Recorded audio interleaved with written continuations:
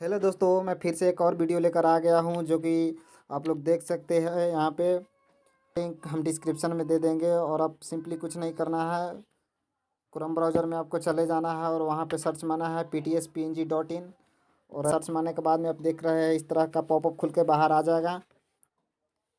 खुलने के बाद में इस पर हम क्लिक कर देंगे। क्लिक करने के बाद में यहाँ पे आप देख सकते हैं कि मैरी क्रिसमस का 15+ PNG है जो कि आप लोग डाउनलोड कर सकते हैं। चलिए इसको सबसे पहले हम लोग देख लेते हैं। यहाँ पे देख सकते हैं कलरफुल तरह तरह का बनाया गया है। जो आपको पसंद अच्छा लगता है उसको डाउनलोड कर लीजिएगा। ब्लैक भी है जिसमें आप अपने अनुसार कलर फिल कर सकते हैं, जो भी कलर सूटेबल लगेगा।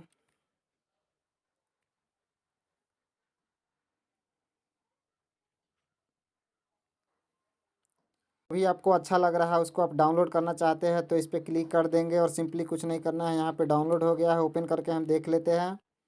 यहाँ पे मेरा डाउनलोड हो गया है। जहाँ पे भी PNG लगाना चाहते हैं लगा सकते हैं आसानी से। आशा करते हैं कि आप लोगों को वीडियो अच्छा लगा होगा। अच्छा लगा होगा तो लाइक कर दीजिएगा, चैनल को सब्सक्राइब कर दीजिएगा। मिलते हैं किसी अगले वीडियो में।